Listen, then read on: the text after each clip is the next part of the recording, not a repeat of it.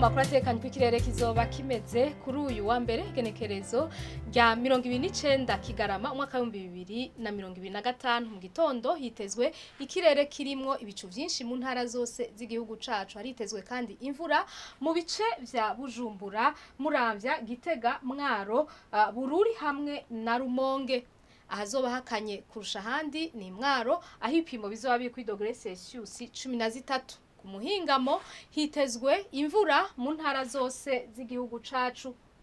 Ahazorangwa ubushuhe kurusha handi ni mu Cibitoke aho ipimo bizoba biri kuri dogere Celsius 27. Ejo mu gitondo izuba rizoseruka igihe c'isaha 11:55 zo mu gitondo ridenge igihe c'isaha 12:14 zo ku mugoroba. Amakuru atekanye ikirere agarukiye ngaha mwateguye n'ikigo Ijebu nayo Nadia Ndayizenje nayabashikirije mwakoze kuyakurikira.